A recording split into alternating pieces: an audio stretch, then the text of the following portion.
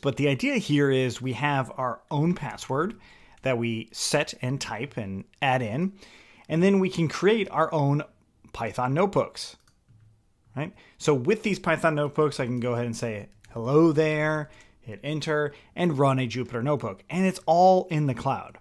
Now, there's several reasons as to why I think that you should do this. Number one, having cloud-based notebooks makes running Jupyter notebooks so much better. And I'll talk about that in a moment. But one of the reasons being, if I stop right now and go to a different computer to this IP address and log in, I can pick up right where I left off. That is huge for me for many, many reasons. I mean, sure, you could upload files, you can do a lot of things from here, but the main thing is being able to pick up right where I left off. That is pretty cool. The other thing is, if I need more resources for this Jupyter notebook. In all seriousness, I have a Windows computer to do machine learning. I bought it years ago just to do machine learning, and I bought a GPU and I set up this custom machine and all this stuff, and it wasn't cheap, right? And I did that all for machine learning, but it was a flawed idea. The reason it's flawed is because GPUs change, software changes, technology changes. So we need to be able to adapt to those changes. And this is another reason as to why you'd want to go through this one, is so you can learn how to launch your own instance that runs this Jupyter notebook. What that means is we're going to create something called an AMI. Even if you don't know what this is, it's okay. You're going to come in here, you're going to launch it. And this is where the key comes in. We can actually reconfigure or configure from scratch exactly how powerful we want our machine to run. And then we can use it for 10 seconds or an hour or 10 years and have that same capability from the get-go, which is really, really nice. So I'm going to go ahead and provision a few of these right now just to show you how easy all of this is. But the idea overall is we can rapidly launch and create Jupyter notebooks and have almost unlimited resources. And all of that is because of AWS. It makes it really, really easy to do that.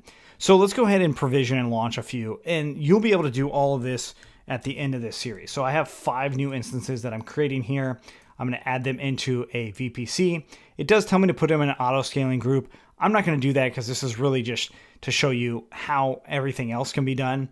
I put them in my custom VPC, which we also cover, and then I add some storage to it. I'm going to make sure that each instance has 8 gigabytes of SSD storage, and then I'll add tags if I need. Security group is another thing that we'll cover, but it's sort of like another type of firewall that allows me to have HTTP access as well as SSH access.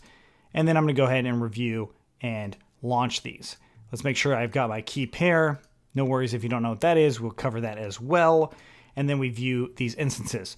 So here they go. They are now pinning and loading. So it's going to take some time for them to initialize. But once they do, we'll take a look at each one.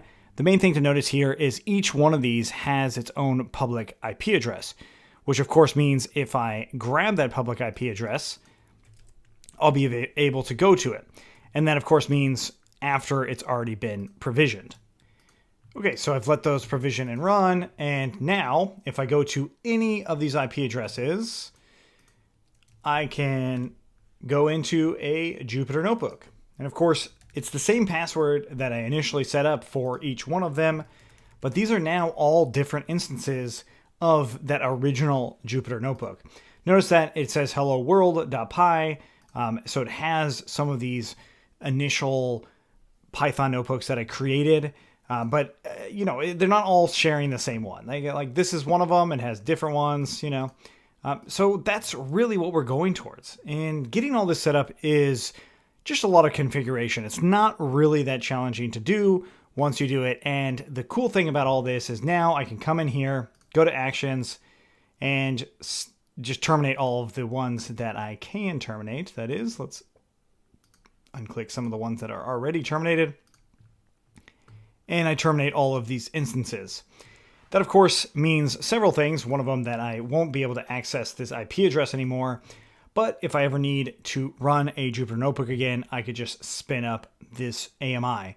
All this stuff we discuss, we go in detail. We make sure that you know how to do it so you can do it at any time. Now, the long term solution is to add other features to this than just what I'm showing you. But the short-term solution, this is pretty cool, I think. I think it's nice to be able to build a cloud-based Jupyter notebook. So let's go ahead and get started. This series is all about configuration, right? So we want to configure our AWS services to work and run a Jupyter Notebook server. Since it's about configuration, we have a step-by-step guide right here that you can check out and just go through the configuration. I recommend that you actually watch the entire series though, to ensure that you understand what's going on with these configuration pieces, because there is a number of moving parts that you're going to want to learn about. So the first step that we need to do is actually go into Amazon Web Services. So aws.amazon.com and create an AWS account. Now, we will be covering most of the things for free.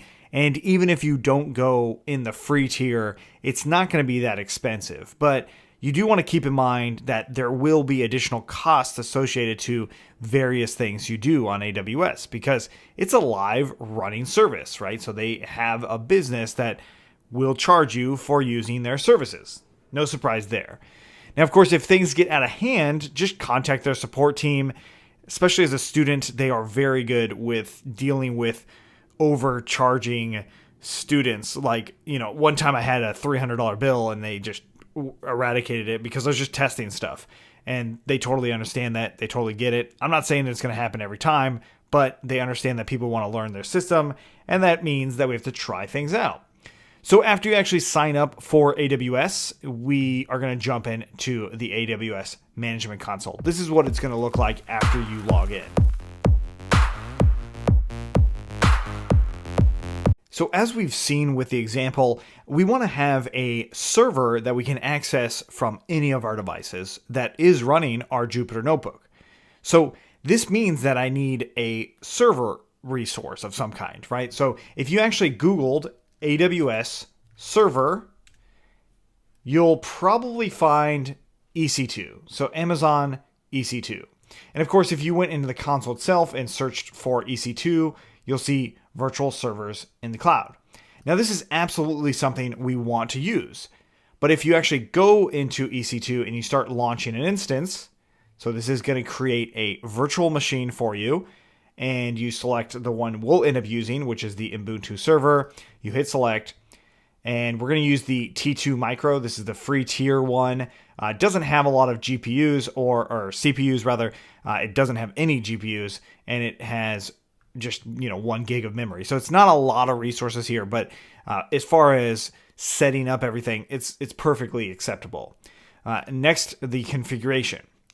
This is where we need to stop in our tracks, and it goes to this network setting where it says VPC.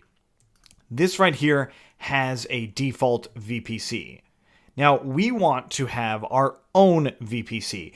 Now, this is because of the better understanding of what a VPC is. You could go off of your default.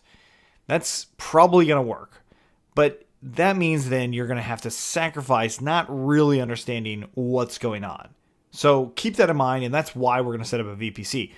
No worries, it's actually not that complicated. There are moving pieces, and it can get complicated. But in our case, it's going to be very approachable to actually create our own custom VPC. And you want to think of a VPC as your virtual data center, right? So it's like a cloud data center. And the cool thing about this is, as an individual, you can have your own data center. I mean, it's virtual, it's not a physical location, but I think that's pretty cool. And you can do it in seconds, like awesome. So let's go ahead and do it. So we stopped in our tracks while we were creating that EC2 instance. I want to cancel out of this. I certainly don't want to do that yet because I want to create my VPC and I want to understand what's going on. So you might actually do this step a few times, and that's perfectly okay. So let's go into our services and type out VPC.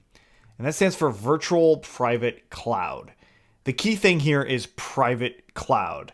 So by default, it uses this concept of least privileged. So what that means is whenever you create something, it has practically no privileges or no access to do anything, right? So like in our case, we want to have it be connected to the internet. It's not going to have that by default, right? So we need to make sure that that's the case. So inside of your VPCs over here, we're going to go ahead and create a VPC, and we're going to do a name tag. Now, I think you could do all of this stuff with the Launch VPC wizard.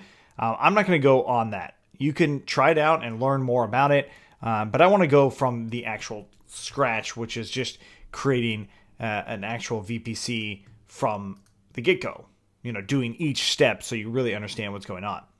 So we're going to go ahead and create this VPC, and we're going to get a name tag. And in my case, I'm going to call this Jupyter VPC. And now it's asking for the IP version 4 CIDR block. So what we need to do is we need to give this VPC a range of IP addresses that it should pick from. Now, I don't want to get too much in the weeds here, but the range of IP addresses has to do with how all of our devices communicate. Right? So like if you did have a data center and you did have individual physical machines, each one of those machines would have an IP address so you could, talk to it throughout that entire data center. That's sort of the idea here.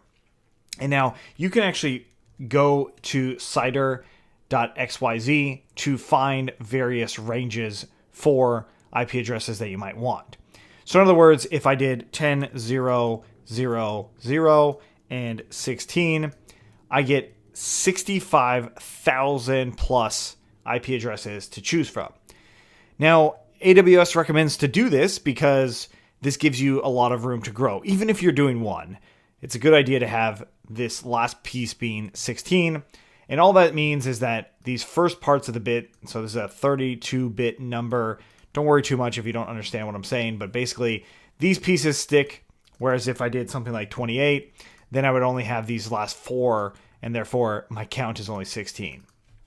Okay, so this definitely gets into the weeds of the networking stuff that I'm not going to get into too much, but the idea is that we want to have a CIDR block or the possibility of 65,000 IP addresses for our virtual private server.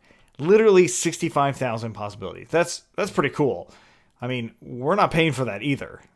This part is all free, which is really nice. So we do 10.0.0.0/16. And this is for our entire VPC. It's not for one part of it. It's for the whole thing. So once we actually spin up a server, it's only going to take one of those IP addresses. It's not going to take up any more than that. I'm not going to make an IPv6. You don't need to do that. You can if you wanted to, but it's not necessary at this point in time. And I believe you could always add this later if you needed it.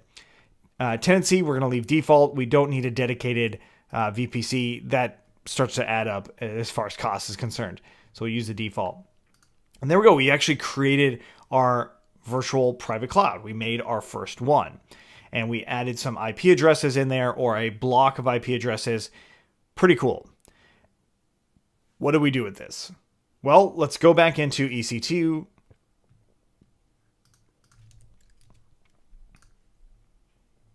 And we're going to go ahead and launch another instance. And we'll use that Ubuntu server again. And I'm using 18.04 LTS. We'll hit select. We'll do the micro again. We'll go to next, configure instance details. And we'll go to that network and grab our VPC. Oh no, subnets are not found. I knew this was going to happen, but the point is now we have to do that next configuration. And this is often how you'll learn what things are required and what things you need to implement. Yet again, we were stopped in our tracks while we were creating our EC2 instance. This time, of course, is related to our subnets. Now, what a subnet allows for us is essentially firewalls, right? So if you had a data center, you would set up firewalls. In the case of a cloud, we set up something called a subnet, and it allows for our connections to be limited or unlimited, depending on how we want it set up. Now, what that means is that we need to create a subnet and we need to add an internet connection. Now, AWS has this concept of the least privileged, right? So when we create new things, they don't have any privileges, or they have very few privileges by default. So subnets are no different than that. We're going to go ahead and create a brand new one. You can just select create new subnet and it will actually open it up for you. Or you can navigate to the VPC dashboard and then click subnets over here. And we're going to go ahead and create a subnet. In this case, I'll call it the Jupyter public subnet. Right? So what I want to do is I want to make sure that my EC2 instance has accessibility to the internet. Right? I need to set up a few things to get there, but this is a public subnet. So that means that my resources inside of this subnet, which when I say resources, I mean literally my EC2 instance or instances, because I can have a lot of them. As soon as I put them in this public subnet, they will have access to the internet, meaning the internet can access that instance, and that instance can also access the internet too. So it can go both ways.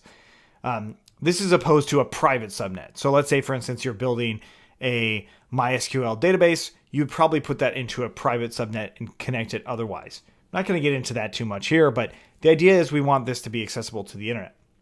Next, we want to actually grab our VPC. Notice that the name of the VPC is right there. I still have that default VPC too. I can also just type out and search for the one that I created, and it will actually show me that too. It's really nice, just a nice little shortcut. The next thing is the availability zones. This has to do with something called high availability. You can have a preference if you'd like, or you can leave no preference. I'm going to go ahead and give a preference. Notice that mine says US East 1A. Now, this is where you may be in a different region than me. So if you are in a different region, stop right now, switch into the same region I'm in, which is North Virginia, also known as US East 1. You're going to stop right now, go into North Virginia, create a new VPC inside of North Virginia, and come back to where we are here. Now, why didn't I have you do that in the last step? Well, the reason being is you should get very comfortable with creating a VPC and subnet. So if you have to start over from scratch several times, please do it. It's really important for your learning process. So now, a subnet itself is a smaller network of your resources. In our case, the resources are EC2 instances. So what that means is we need to create IP addresses for a smaller amount than what we had by default. So I certainly can use all of those resources, right? But it's a subnet. I want to make it smaller than all of those resources. So going into our CIDR block, we can use something like 28, and that gives me a count of 16 potential IP addresses, right? That is a lot smaller than what it was.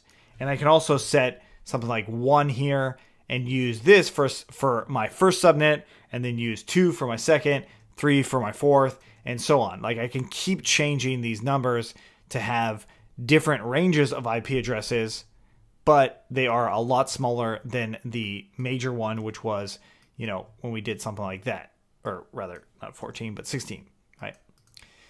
So I realize that might be a little bit complicated, but the idea here is I want to make sure that this is 28, and I'm going to put a 1 at this portion here.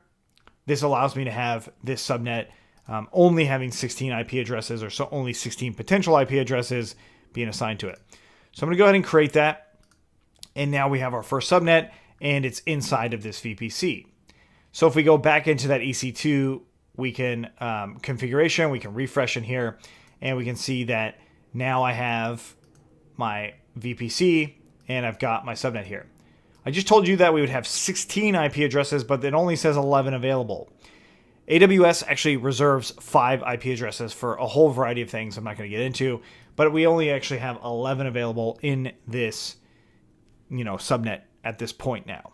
Okay, so we're not quite done with subnets though.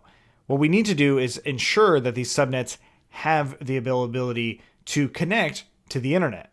So before I even configure the remaining part of this EC2 instance, I want to go back into my VPC dashboard. So now we have a VPC, we have a subnet, we can go ahead and start launching our EC2 instance. I'm going to go ahead and select the Ubuntu server, hit select, T2 micro, do next, grab our VPC, and then we've got our subnet here. And then we have this setting that says auto assign public IP, and it's using the subnet setting. Now, I actually didn't set this anywhere, right? I haven't done that yet. So what I need my EC2 to have working is an actual public IP address. So it needs to happen automatically, right? So I can say enable here, or I can go with the subnet setting, which is the preferred method here. So the subnet setting we need to update. So jumping in to my subnet settings, I can just open a new console here, go into VPC, and go into my subnets, find the subnet I'm using, which of course is my Jupyter public subnet, click on actions, and then modify auto assign public IPv4 addresses. We're going to check that and hit save. Okay, so now we have the ability to have a public IP address. So it feels like we're done, right? It feels like, hey, I have a network, I have a VPC, I have a subnet, and I can actually assign public IP addresses, which means that if I launch this instance, I should be able to get an IP address that I can actually go to. So let's go ahead and actually launch the instance. I'm going to go ahead and click that launch button, right? So review and launch, and then we hit launch. You're going to want to create a brand new pair, a key pair here. No worries. I'm going to go ahead and just say delete this, and we'll do download key pair. We'll cover this later, and then I'll just go ahead and launch this instance. So it's going to launch. We can go to view instances, and we should see our actual instance come up here. It might take a minute. It's pending, and now I've got this public IP. I'm going to go ahead and copy that and paste it in to my browser and go here. And I want to actually connect to this. But actually what's going to happen is it's going to try and connect forever. Even if the instance state was ready, which it's currently not, it's just going to continuously try to connect to it, but it's going to time out. Now, the reason for this has to do with how we set up our subnet and our VPC. Remember the concept of least privilege. Right now, our subnet has no public privileges. There's no way for our subnet to actually get to this public IP address. They don't connect to the internet right now. And of course, if you were following along in the guide, you'll know I skipped a couple steps. But the idea here is, by default, our subnets do not have access to the internet, so we need to actually make sure that they can. I'm going to go ahead and pause while this finishes creating, but really all I'm going to do is delete this instance. After a couple of minutes, my instance state turned to running, and now I can go back again to that browser and that IP address, and sure enough, it's going to just continue running, right? It's going to time out. I'm not going to do that. But instead what I'm going to do is I'm going to go ahead and delete this instance. So we go into select the instance itself, go to actions, instance state, and terminate. So this will terminate all of the things associated to this instance. It might take a minute to actually terminate it, and it will shut down. It takes a little bit of time to actually do all of those things. But this is a habit you want to get into. You want to definitely get into using and destroying instances as you may need, right? And then I'm also going to go into key pairs down here in the bottom left, and I'm going to delete these two key pairs. Now, if you don't know what you're doing here, you probably don't want to delete them. But in my case, I know exactly what I'm doing. I don't need those key pairs. I want to start sort of from scratch. So I'm also going to go into my VPC dashboard and go into my VPCs, and I'm going to delete everything here as well. Now, of course, you don't have to do this, but I'm doing it because I want to make sure I'm setting everything up right from scratch, and essentially now I'm starting from zero. So now back into the AWS Management Console, we're going to go into EC2, and we're going to provision our first EC2 instance. Well, I guess it's not technically our first, but it's the first one we'll actually work with. So I'll go ahead and launch instance, and I'm going to be using an Ubuntu server. I have some different scripts to set up an Ubuntu server, which is why I'm using it. You can probably use these other servers as well. It doesn't actually matter what you end up using, but the scripts to setting up, I found that this Ubuntu server is a really nice fit for that. So Ubuntu server 18.0.4, and we hit select, and we go to the T2 Micro. So this is a free tier. That's the reason we're doing this. If you actually wanted to start using Jupyter at a little bit of a higher level, you would probably want to use the T2 instance, or you would want to actually go and get GPUs as well. It's a little bit more advanced than what we're going to do here. So I'll stick with that T2 Micro instance. Next, we're going to go ahead and configure it. No surprises here. We're going to change our network to our Jupyter VPC. We're going to use that subnet, and I'm also going to auto assign that public IP, just as we saw before. But now what I'm going to do is I'm going to scroll down to advanced details. Advanced details allow me to run a Bootstrap script or a startup script. So when I start this instance, it's going to run what this script is. Now, what I want to do here is I want to actually put in what's in this post here. So in the post under provision and EC2 instance, you scroll down and we've got all sorts of installations here. So I'm going to go ahead and copy those and we're going to paste it in here. Now, I'll just briefly go over what's going on here. And let's scroll down a little bit. It's a bash script, so we need to declare that it's a bash script. It's going to update our server right off the bat. It's going to install some essential builds. It's going to install something called supervisor, so we can have different processes running, which we'll see in a little bit. It's going to install Python 3 or ensure that Python 3 is installed. I believe it installs 3.6, but that version doesn't actually matter so much unless you need a different version of Python. And then some other sort of related services that we need, like Git and Nano, and then also NGX.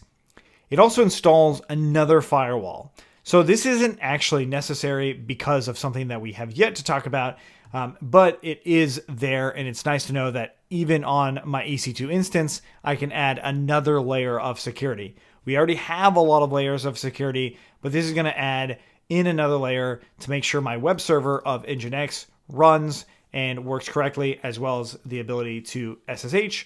And then finally, we install Jupyter, and then we start our supervisor service. Again, we'll go over a lot of this stuff once we actually SSH into our server, but it's nice to know that I can have this script and have it launch right off the bat. I'll go ahead and hit next, add storage. This is how big you want your SSD on your server to be. 8 gigabytes is plenty for what we're doing. You can absolutely make it bigger. I think if you're going to start making it huge, and when I say huge, I mean like maybe more than 32 gigs, you probably want to use something like S3 or a very other services that allow you to have different kinds of storage. I'm not going to get into that right now, so we'll just stick with 8. Next, we can add tags if we want them. I'm not going to add tags. And then finally, we're going to add a security group. So remember when I was saying about firewalls, this is another way of doing security. So we're going to go ahead and create a brand new one. Notice that by default, the only thing that you can do into this instance, regardless of what's going on with the VPC, the only thing that you can do in this instance is SSH. When I say regardless, the VPC means that it will have its own permissions as well. So the VPC is the top level security, right? So if I change the access to the internet on the VPC, this stuff doesn't matter. This is just another layer of security for me, which is nice for many different reasons. One of them being that I can add HTTP. And again, this is only on this instance. It's not on the entire network. So HTTP, and we could also add, HTTPS. So we can do the HTTP service, so like just a general website or a secure website with HTTPS. And then I also want to have SSH so I can actually log in. So secure shell here. And then notice the sources here. We've got the allow all for the internet access, or all IP addresses can access this instance. And then the latter part one is for IPv4, or rather 6. So the first one is for IPv4. The second one is for IPv6. The security group, we're going to name it, and I'll call this my Jupyter SG, as in my Jupyter security group, and we'll call it just like that. I'll hit review and launch, and we can review everything that's going on here. Notice our security groups have a HTTP and HTTPS for the various IPs, and I can SSH into it. That's great. Other details, if you want to go through them, they're all there. Cool. So I'm going to go ahead and hit launch. And now it's asking me for a key pair. Now this is important for when we SSH into our server. Now if you don't know what SSH is, no worries. We will talk about it once we get there. But we're going to go ahead and create a new pair here. And I'm just going to call this my Jupyter key. You could call it your Jupyter key pair, or you can, I mean, it doesn't actually matter what you call it here. It just matters that you know how to get to it. And that's usually the case when you name stuff. With the exception of those IP addresses, you don't really have to worry too much about the names that you put in. All right, so we're going to go ahead and download that Jupyter key, and I'll go ahead and hit launch instances. So there's a couple things that's going to happen here. If I go to view instances, I see my old one that I terminated, and I'm also seeing the one that's being created. Now, keep in mind that it's creating this instance, but it's also going to be running the installation process that we set up, those bootstrap scripts. So it might take a few minutes to actually initialize this instance, and it might take a little bit longer than normal because of those bootstrap scripts. But something I should be able to see now is a public IP. If you don't have this, you did something incorrect in our setup process. And I can go into this IP. If I hit enter, it's not quite set up yet. It's not quite running yet, but it will shortly. Notice that it's not pending though. It's just refusing the connection, right? So it wasn't loading like it did before. So if I copy this, and let's just use a different number at the end here, like a 7. Notice that it's just going to time out. Where this one, it just says it can't be reached. That's pretty cool. But what I'm going to do is I'm going to let it finish initializing. So I'm going to pause the video and then take a look. And so it's still initializing. And while it does, the reason that I know this is working, another reason is the fact that it refuses it right away. That's a good sign. It doesn't time out. And what's happening right now is it's actually installing Nginx. Nginx is going to allow us to have our web server actually running, which is what we'll end up using to have our Jupyter notebook actually running through. Like Nginx is needed to make sure that Jupyter runs, and now it's done. So I think it's safe to assume that if I go to this IP address and refresh it, I should see an Nginx page. Let's refresh it, and there you go. It says, welcome to Nginx. So this means that everything was set up correctly. It is ready to be configured now for Jupyter. Now, if you weren't able to get here, check out the guide and go through each step to make sure that all of those pieces are there, right? So like you want to go through all of this, but you also want to make sure that your VPC was set up correctly. And then of course, making sure that you had in your security group that you added these rules, the HTTP rule and the HTTPS rule. We didn't have to change anything in those rules. They were done by default. But if you don't see this, then you absolutely want to go back. And if you have to delete everything and start from scratch, that's completely okay. That is something that I've had to do a lot, even just to get to this point, to show you how it's done. So it's definitely worthwhile doing. So now back into the AWS Management Console, we're going to go into EC2, and we're going to provision our first EC2 instance. Well, I guess it's not technically our first, but it's the first one we'll actually work with. So I'll go ahead and launch instance, and I'm going to be using an Ubuntu server. I have some different scripts to set up an Ubuntu server, which is why I'm using it. You can probably use these other servers as well. It doesn't actually matter what you end up using, but the scripts to setting up, I found that this Ubuntu server is a really nice fit for that. So Ubuntu server 18.0.4, and we hit select, and we go to the T2 Micro. So this is a free tier. That's the reason we're doing this. If you actually wanted to start using Jupyter at a little bit of a higher level, you would probably want to use the T2 instance, or you would want to actually go and get GPUs as well. It's a little bit more advanced than what we're going to do here. So I'll stick with that T2 Micro instance. Next, we're going to go ahead and configure it. No surprises here. We're going to change our network to our Jupyter VPC. We're going to use that subnet, and I'm also going to auto assign that public IP, just as we saw before. But now what I'm going to do is I'm going to scroll down to advanced details. Advanced details allow me to run a Bootstrap script or a startup script. So when I start this instance, it's going to run what this script is. Now, what I want to do here is I want to actually put in what's in this post here. So in the post under provision and EC2 instance, you scroll down and we've got all sorts of installations here. So I'm going to go ahead and copy those and we're going to paste it in here. Now, I'll just briefly go over what's going on here. And let's scroll down a little bit. It's a bash script, so we need to declare that it's a bash script. It's going to update our server right off the bat. It's going to install some essential builds. It's going to install something called supervisor, so we can have different processes running, which we'll see in a little bit. It's going to install Python 3 or ensure that Python 3 is installed. I believe it installs 3.6, but that version doesn't actually matter so much unless you need a different version of Python. And then some other sort of related services that we need, like Git and Nano, and then also NGX.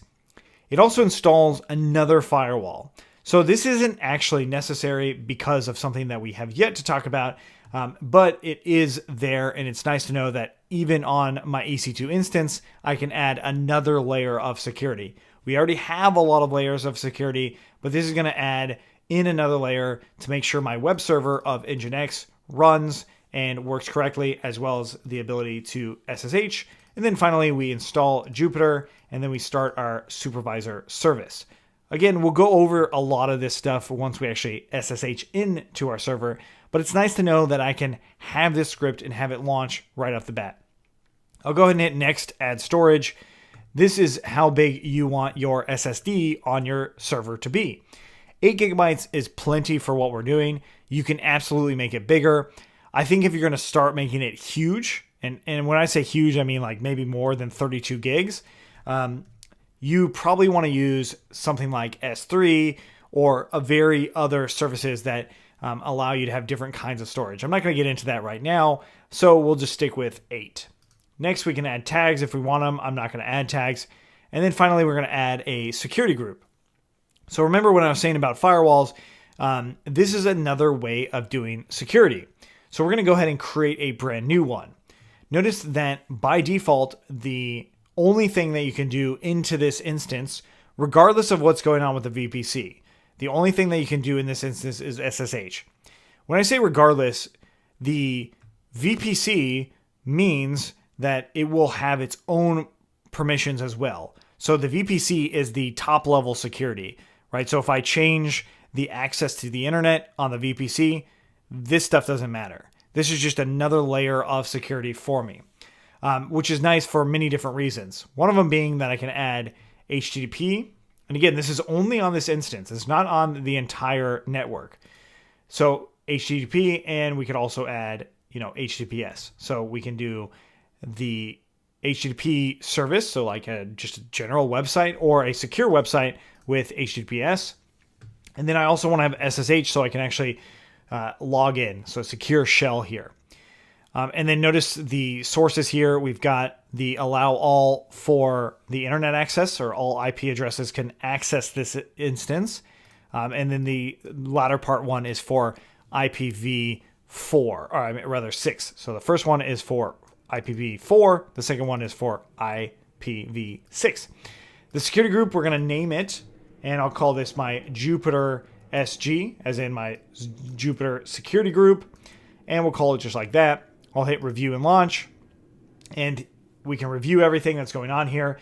Notice our security groups have a HTTP and HTTPS for the various IPs, and I can SSH into it. That's great. Other details, if you want to go through them, they're all there. Cool. So I'm going to go ahead and hit launch, and now it's asking me for a key pair. Now this is important for when we SSH into our server. Now if you don't know what SSH is, no worries. We will talk about it once we get there. But we're going to go ahead and create a new pair here.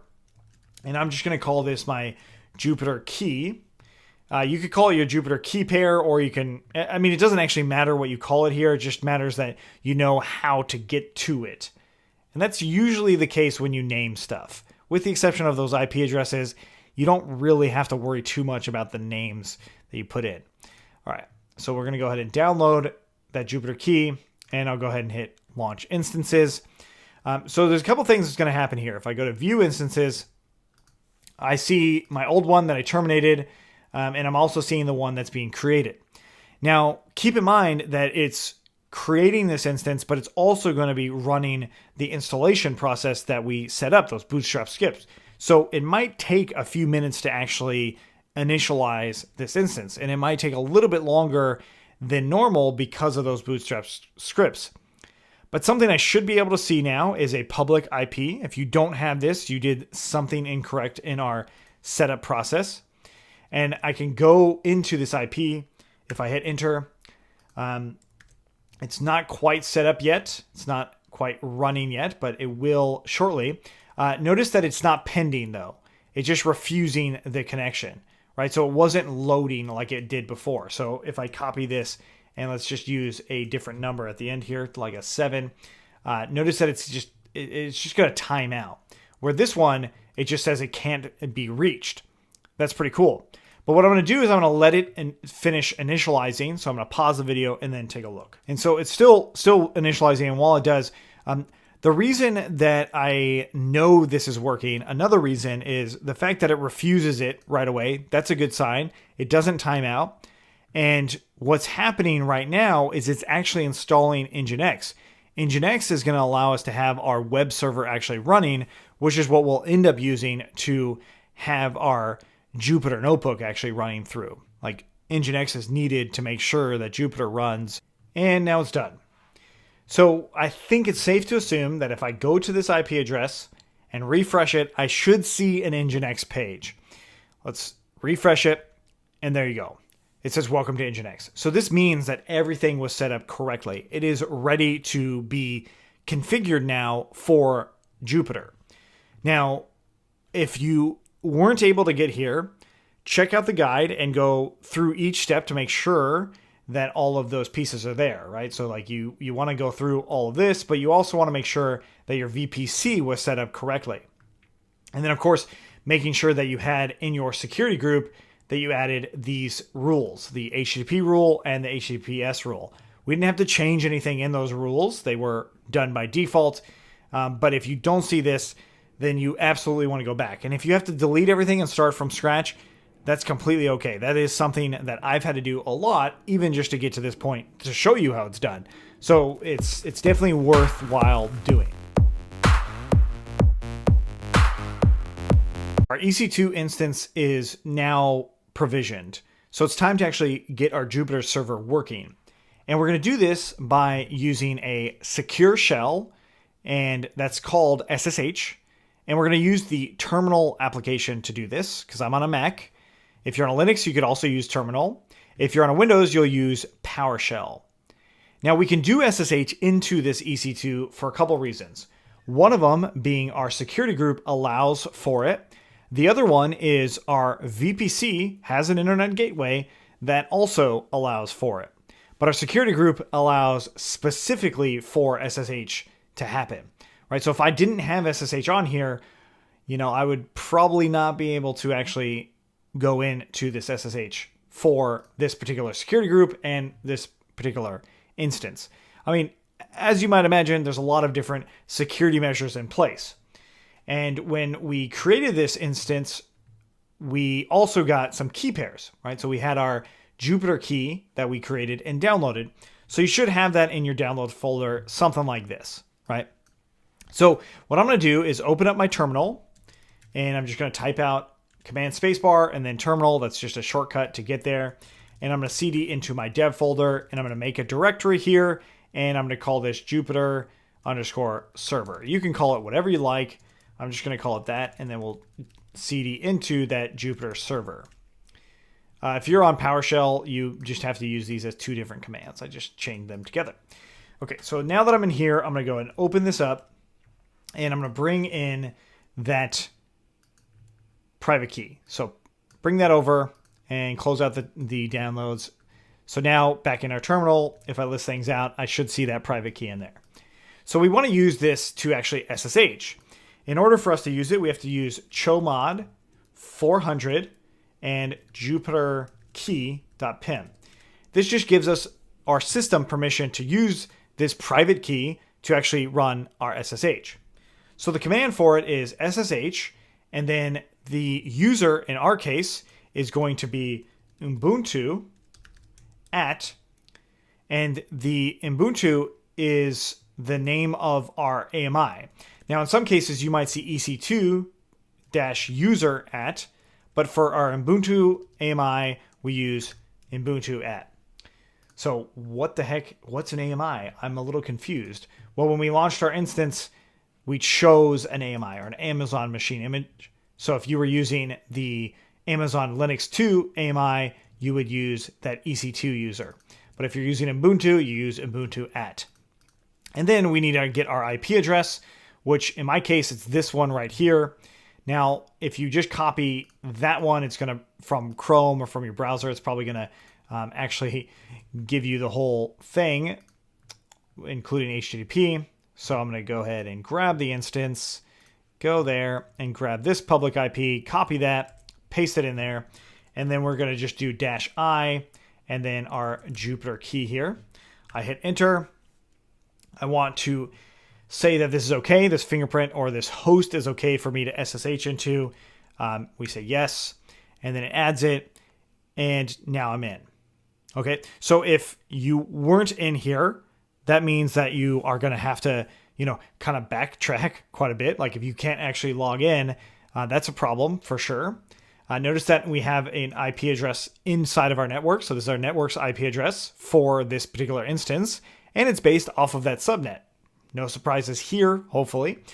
And this is now where we're going to go ahead and double check all of our installations. So back into this guide, down into the provision, the Jupyter server, I'm going to go ahead and copy all of our installations and just literally run through them again. Now, I probably don't have to do this, right? It's probably ready to go. But the reason I am doing it is to just make sure that it is done, because all of those things are requirements for going forward. Now, you should see a bunch of things like it's already installed or it's already been done. That's a good sign. That means that our Bootstrap script definitely worked. Pretty cool. Okay, so now that we've got a lot of that installation, we need to move to the next step. Now, naturally, sometimes you'll close terminal or your SSH and you need to get back to where you were.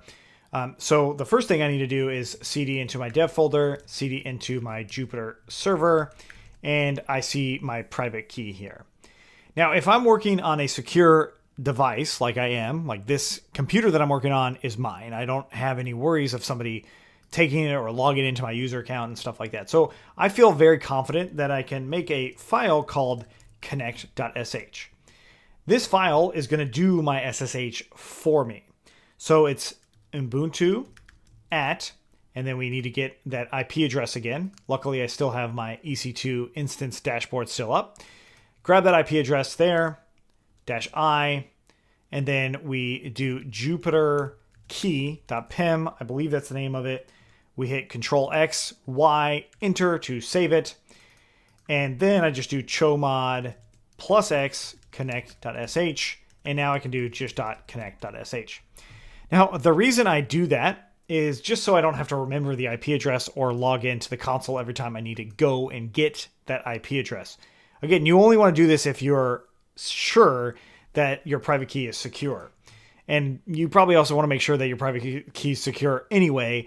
But if you don't know if your private key is going to be secure, you probably don't want to have your IP address easily accessible like I just did.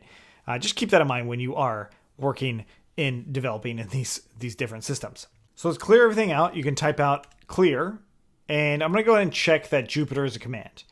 Right? I don't have an error. Like if I typed out ABC, it says command not found. Right? So I want to make sure that that's the case. The next thing I want to do is generate my Jupyter configuration file. Now, this configuration file could have been done in the Bootstrap script.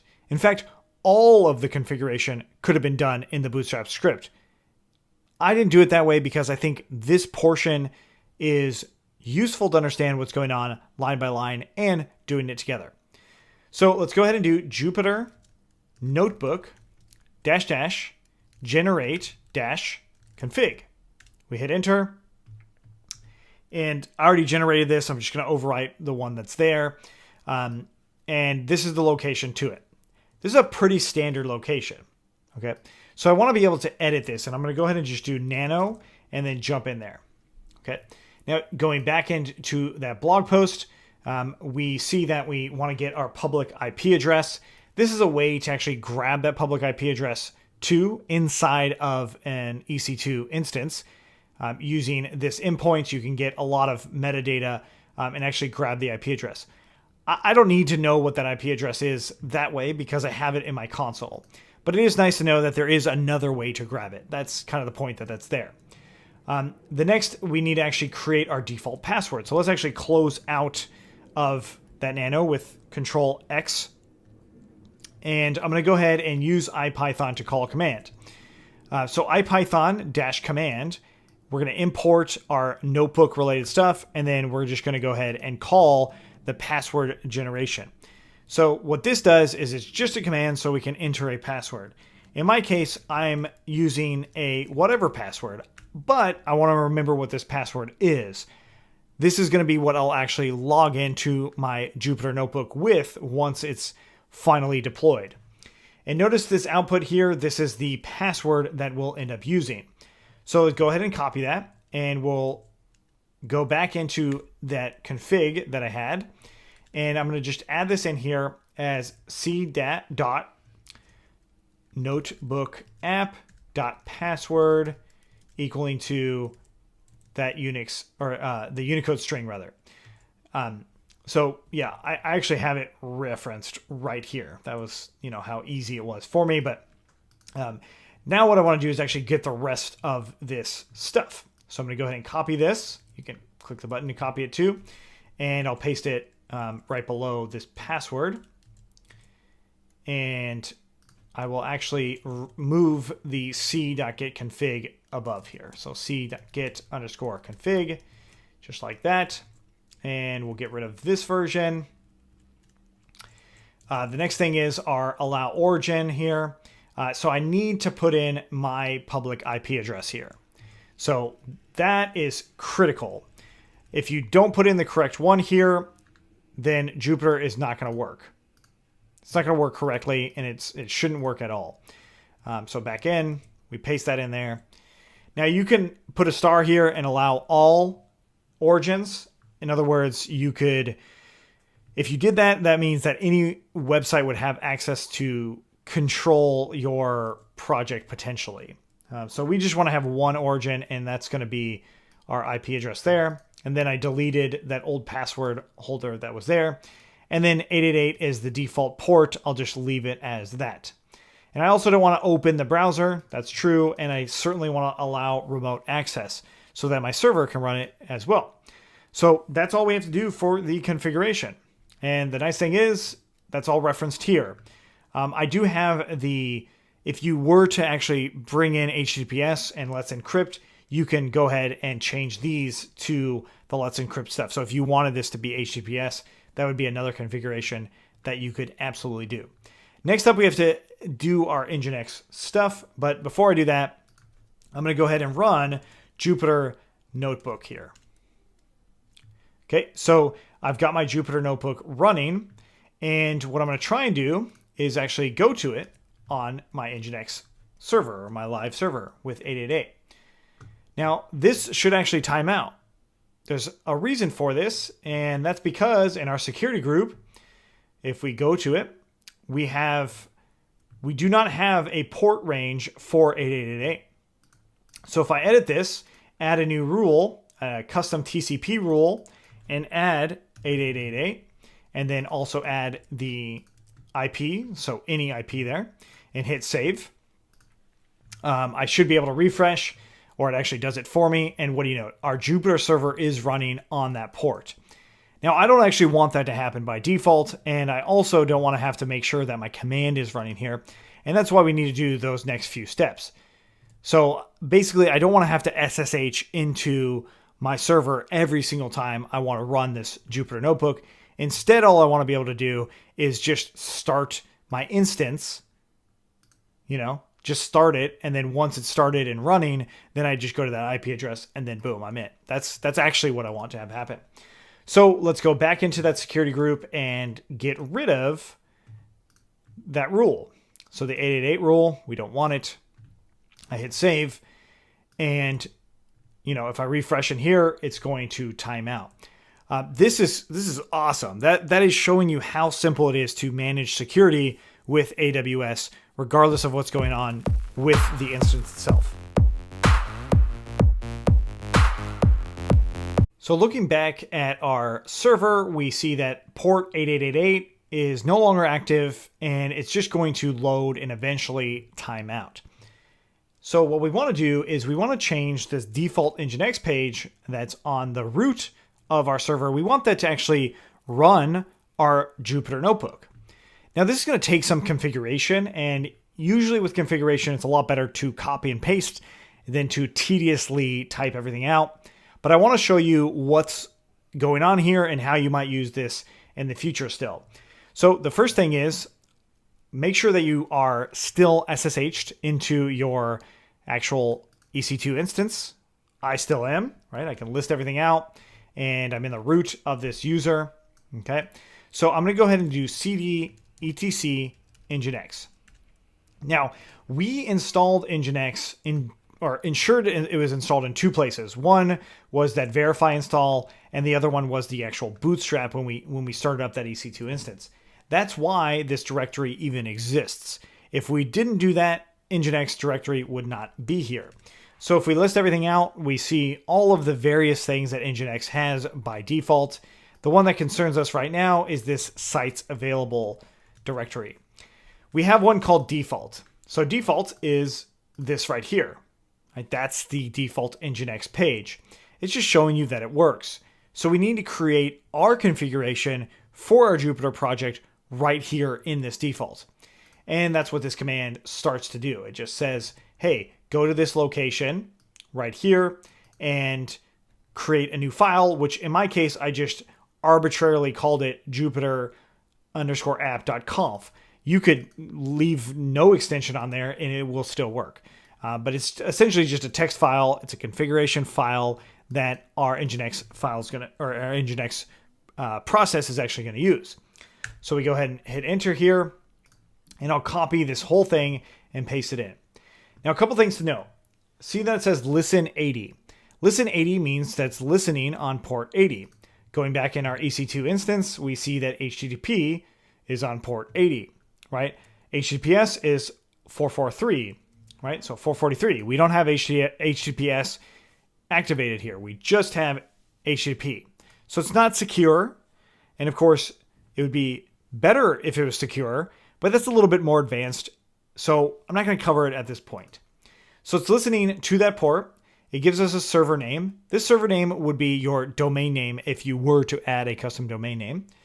Next, we essentially just pass this off as a localhost proxy. So I can actually run my Jupyter server, and notice that port's there. It's going to go based off of that port. So if I used a different port for that Jupyter configuration, I would need to change that here. All of these other things are related to just ensuring that Jupyter is running and it's running correctly. You can look the docs up to see exactly what's going on here. But these are just configuration items that need to happen for our Jupyter server to run via Nginx. Okay, so now that we've got that, let's close it out. We'll say yes. So I hit Control X to start the writing process, Y to accept what I'm doing, and then Enter to have it as the file name that I started with. So now if I list it out, I see that I've got my file in there. But we're not quite done yet. All right, so going back into what we have in here is we want to actually link this file into the sites enabled directory. So if we cd back and cd into sites enabled, we see that default is in here as well. default is symbolically linked in here. It's not, the actual file is not in here. The actual file is in sites available, as I said before, or I showed you before. Now, the reason we don't just jump into sites enabled is best practices. It's much better practice to put your sites available first, and that's where you put your configuration, and then you link it into the sites enabled. But the first thing I need to do is remove the default. I no longer need that. So I'll just do sudo remove default. Sudo means, hey, super user command, remove this default. Like if you get this permission denied, you just put sudo in front of it. It'll probably do it. So now I list everything out. It's nothing. And if I refresh on my page here, it doesn't seem like anything happened. So I can actually do sudo systemctl and reload nginx. If I do that and refresh, now I don't have anything on my actual server, right? No surprise here because I have no sites enabled. So what I need to do is actually have a site enabled. So going back into this project here, I can use this command to actually symbolically link that first file, which is right here, to the sites enabled. So the source and then the destination is next. And it's just paths that I worked out on my own for you. You just do ln dash lowercase s, not capitalized, but lowercase s, hit enter. And now we have our sites enabled. There's another systemctl command or system control command I need to do. So we do sudo systemctl daemon reload. This makes sure that nginx knows about this file and knows that it's able to be used. It's just, you know, it's possible that we don't need to write that, but it's a good practice to get into whenever you add files and you need your entire system to know about it, or processes in your system, which in my case, the process is nginx. So then we just do sudo systemctl reload nginx. And now again, it's still not going to show me anything, except now it says bad gateway, right? So this is actually a good sign. This means that nginx is running, except my actual project is not running. So let's cd into the root with cd /, and we just do Jupyter notebook, hit enter. So again, I have it running again, and it's looking at my local host, right? So this is actually my local host. It's either using the IP address for my network server or the standard local host IP address. And then we refresh in nginx. What do you know? It's actually running. That's great, but I still had to SSH in and run Jupyter Notebook. That is not what I want. And do note that it is saying that, hey, it's listening on all IP addresses and it's not using encryption. This is partially because we're not using HTTPS. I mean, that's pretty much the main reason. And it's also partially because we are allowing an HTTP connection to come through. That's why it's saying it's not recommended. But in our case, this is fine because we're only going to spin this up when we need it, and then we're going to take it down when we don't need it. It's okay in the short term. In the long term, you probably wouldn't want to do this. Now, I kept referencing how I don't want to have to SSH into my server and run Jupyter Notebook. Like I never want to do that, right? What I want to have happen is that run in the background on its own.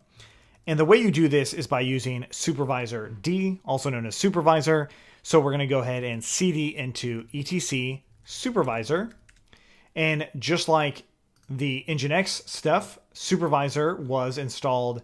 We verified it with the EC2 instance, but we also did it in the Bootstrap script. So supervisor has been installed for us as one of those.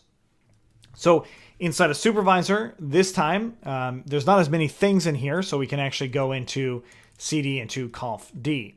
What we should see is nothing, right? So there's no processes that supervisor D is currently controlling because we didn't add any, and we didn't install anything that added any, right? So I'm going to go ahead and just do sudo and say myjupyter.conf.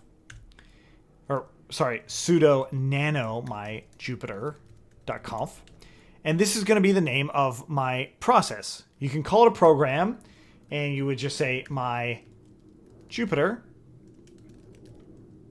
and then we add in some configuration. Now, you can absolutely copy and paste, but in this case, I'm going to go ahead and talk about each thing. User is my Ubuntu user, right? So it's the user I've been logged in. It's what I logged in here.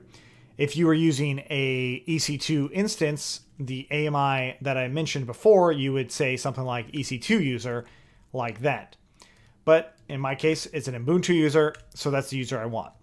The directory, as in where do I want this to be called? Now, with Jupyter Notebooks, we can call it pretty much anywhere on our system. So I'm going to put it in the root of this user's folder, right? So that's the root user folder. I'll show you where that is in just a moment. And then the command you want to call for that, and that's Jupyter Notebook, right? So I want the supervisor to always call this command. And when do I want it to happen? Well, I want to have it on auto start, and I want to also have it on auto restart. So if something fails, it will automatically restart. And then I can add in some log stuff, which I will just copy and paste. So if you wanted to have logs for what's going on here, this is how you go and do that. So I'm going to go ahead and save this with Control X, Y to save, Enter to write, and then we list everything out. And what do you know? There's my supervisor actual configuration file. I'm also going to go ahead and make sure that I have that log folder created. I don't know if I actually have to do that, but I like to do it just to ensure that, yeah, my log folder's there. So the logs that I create, or the logs that Jupyter's creating from this process, is for sure there, right? So I put that folder there as a custom one, right? So this name is arbitrary. I just named it that. The next thing is to do sudo supervisor CTL status. So if we see that status, nothing's running. So I can use sudo systemctl, the daemon reload, and then I would do sudo supervisor CTL reread. So this is allowing supervisor CTL to find that process, and what do you know? It says it's available. And then we go into that status, still no status. So then I press up one more time and say update, hit enter, and it added this process to the group. Now I hit status, it says that it's running. So I can stop it with just stop and then the name of it. So it's my Jupyter. That will stop that process from running. I'm not actually going to do that. It's just nice to know that those things are there. You can also use status my Jupyter as well. So you can get the specific status for the specific program that you're running. And in this case, I've got Jupyter running. Notice that my server, I don't have it running on my server at all. So going back into my IP address, it already booted up for me. I used that password I created a while ago, and I use it to actually log in.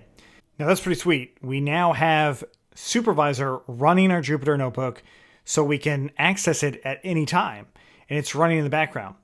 But there's still a problem, and we need to address when we shut down our instance. So one of the things that happened was I accidentally terminated my EC2 instance when I meant to stop it. So this happened off video, and that termination did a couple things. One of them being that, hey, I should make a backup of this instance in the way of an AMI myself.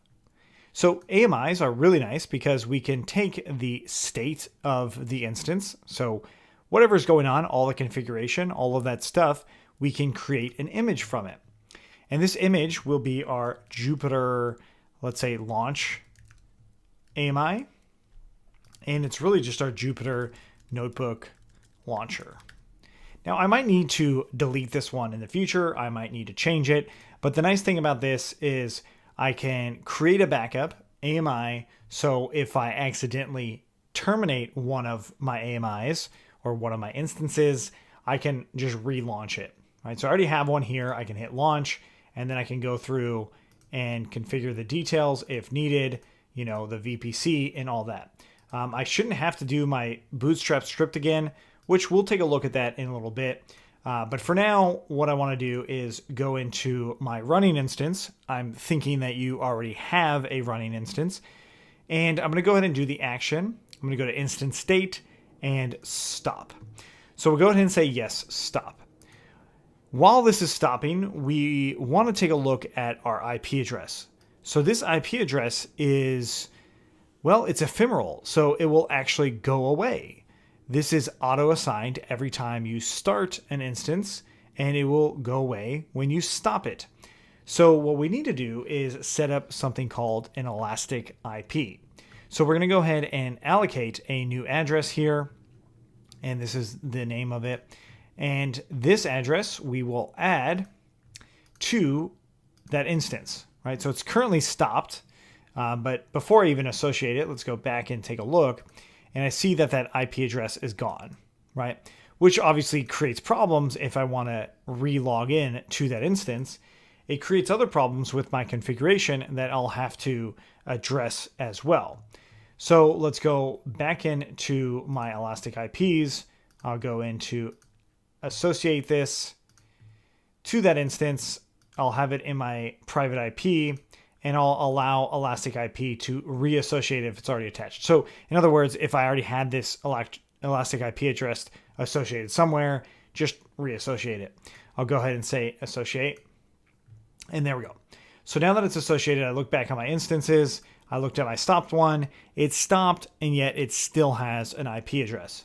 So that means that I can start it back up, and it will start with that exact same IP address. That's pretty cool. That makes things a little bit easier for our configuration. So of course that configuration was mostly in reference to how we have our Jupyter server set up, the actual origin for our Jupyter setup. So you can allow any origin here, which means that it's open to potential problems, right? So it's opening up, allowing any origin to do a request to our server is a potential problem. It might not be a problem, but the philosophy of everything goes wrong always is something that AWS believes in. And the fact that, hey, this might actually be a problem in the future if you don't do this allowed origin, right? Just keep that in mind. So as this is booting back up, I'm going to pause it for a moment and then we'll take a look. Right, so it's running now, and it took a few minutes to actually make that go. So I'm going to go ahead and copy that now elastic IP address, and we'll go to that, and we'll go ahead and log in. Now keep in mind my EC2 instance may or may not be that quick because we didn't give it that many resources, like we didn't give it very much memory or CPUs. So I'm going to go ahead and try and create a new Python notebook, and I'm getting this error of not found. Now, there's a couple of reasons for this that we need to address. One of them being my actual configuration doesn't have this as a valid IP. So let's go back into our terminal, and I'll do nano connect.sh, and I'm going to change whatever my IP address there is to my new one, and we'll save it.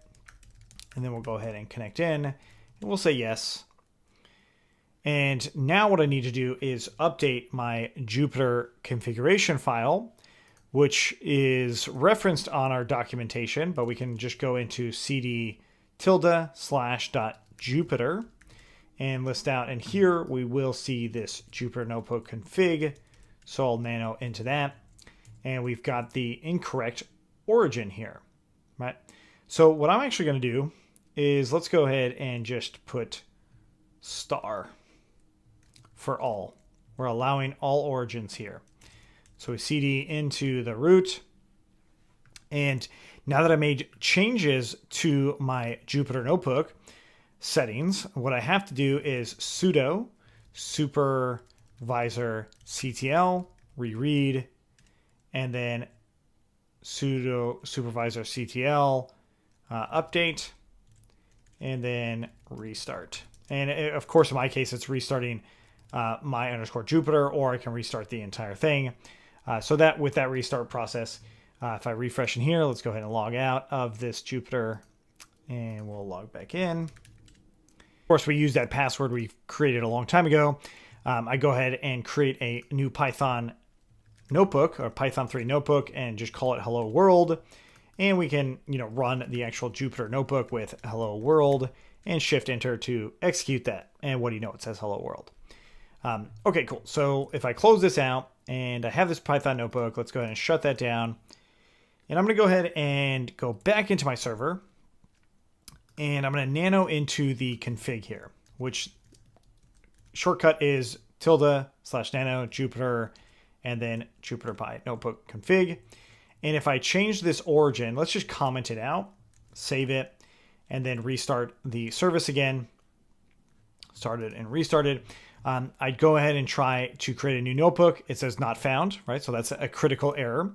And of course, if I actually open up the notebook I created, I get a kernel error, right? And that has everything to do with that allowed origin. So it can be a security concern to have it allow any origin, but more likely you'd want to have your public IP here. But this is in lieu of what we're about to do, right? So the reason I'm leaving it like this is because of what we'll do in just a moment in reusing this AMI. As it stands right now, this is highly, highly reusable. So let's go ahead and hit Control X, Y, Enter to save all of those changes. And then again, we want to restart our supervisor CTL. Let's just double check to make sure everything's running correctly. And we can create a new notebook and all that. I just want to make sure that Jupyter is working. It appears to be, right? Print again. And sure enough, it is. So I can close and halt each one of these. And then I'm going to just delete the untitled one. Great. Okay, so now that we have this, it should be very reusable in the way of an AMI. So let's give that a shot. So I believe that my EC2 instance is now reusable in the way that I can create a snapshot of that instance, as in an image that I can reuse over and over again with a different configuration.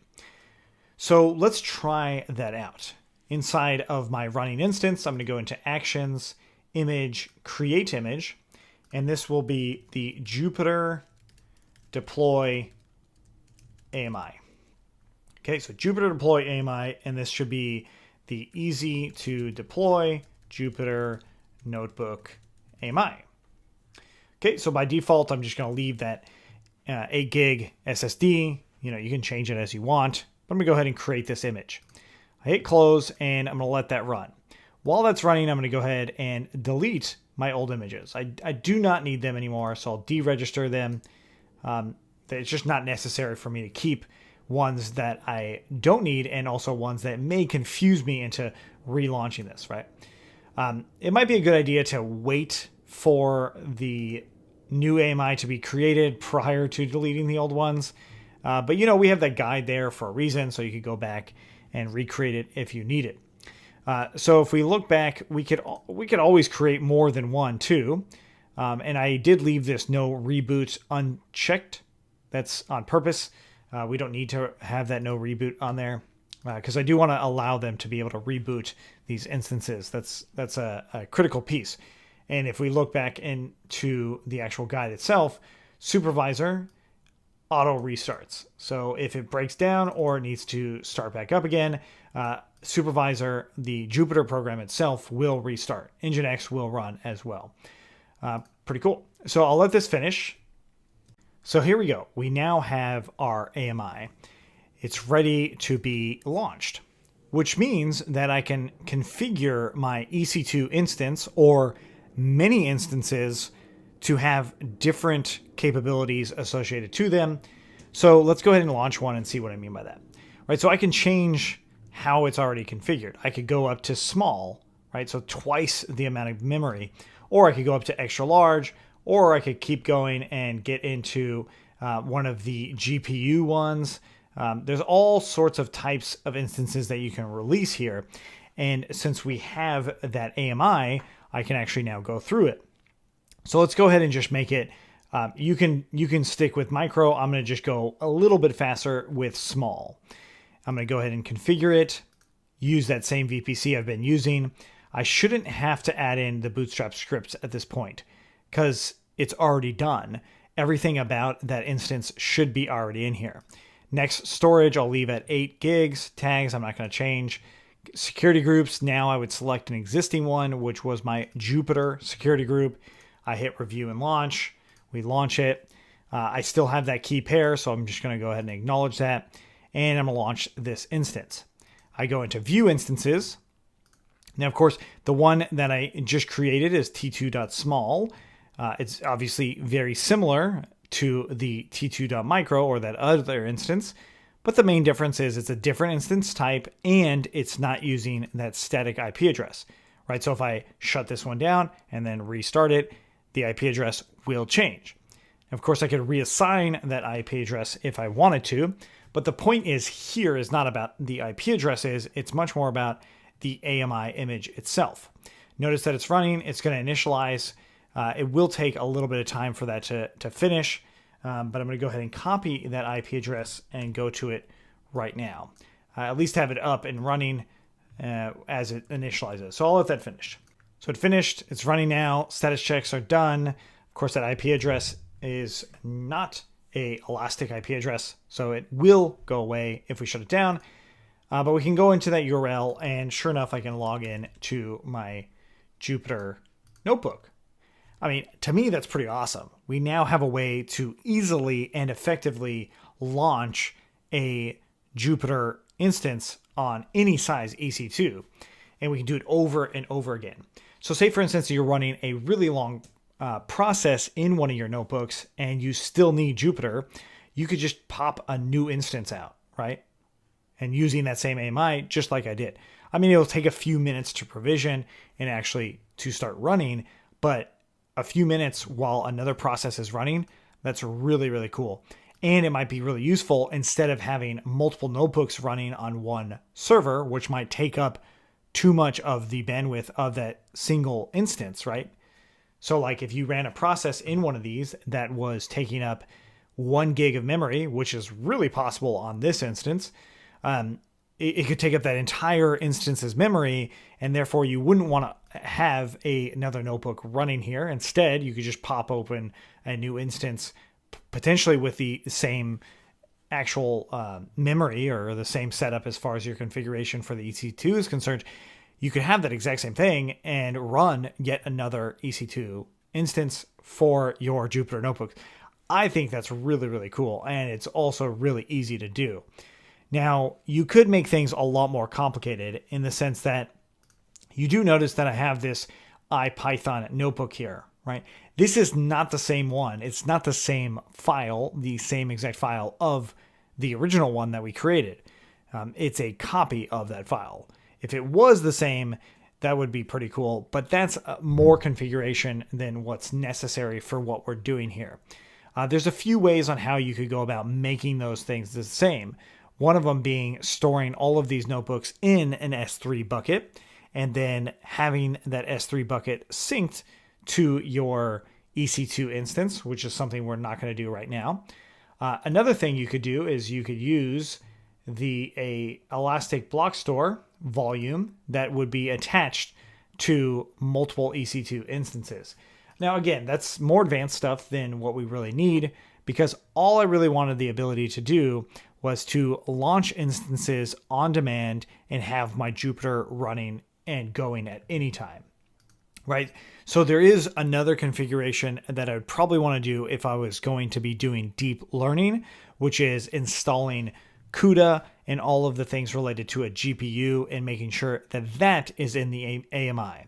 So this AMI right here is realistically a non-GPU AMI. So perhaps I change the description to be that, or I just make a brand new AMI from one of my currently running instances and just call it, my Jupyter non-GPU instance, or rather AMI, not instance because it's actually an AMI.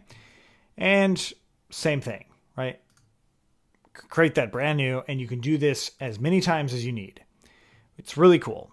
Like really, really useful for reusing your actual setup without having to go through that whole process over and over again, which is yet another reason to understand everything that you do. That's another reason to understand from the absolute zero to here. That's why we needed to go through all that, is because then I can make changes as I need for any given instance, and I can run, I think it's up to 100 instances for this, although you might remember our subnet can only allow for up to 11, right? So how our subnet is currently set up is only allowed to 11. So if you had 11 and you reached that maximum, you would just need to create a new subnet. It's not a big deal, but it's something that you would have to do. And it's something to consider as you use these things. Now, another thing to consider and probably to do is to either terminate these instances or stop them. I'm going to go ahead and terminate them. I no longer need them. I'm not using them right now. My AMIs, though, I have my non-GPU AMI that's running. I can leave these in here and just redeploy those instances when I need. My Elastic IP, you do get charged for this. I don't think it's very much, but you do get charged to have an Elastic IP. That's another thing that I'm going to go ahead and disassociate and then finally release it. I no longer need that address. But now we have our terminated EC2 instances, but we have our 2 AMIs. I don't need 2, I just need 1. So I'll go ahead and deregister this deploy AMI, and that removes it. Cool. So again, this is private, so only I have access to this. I could share it with other people. You could share it with other people is the point there. And it just allows for just a very effective way of launching your Jupyter notebooks. Hopefully you got a lot out of this. Please let me know in the comments if there's something that you don't think I covered that I really, really need to. And that's something we can do in a future video. Thanks so much for watching. We'll see you next time.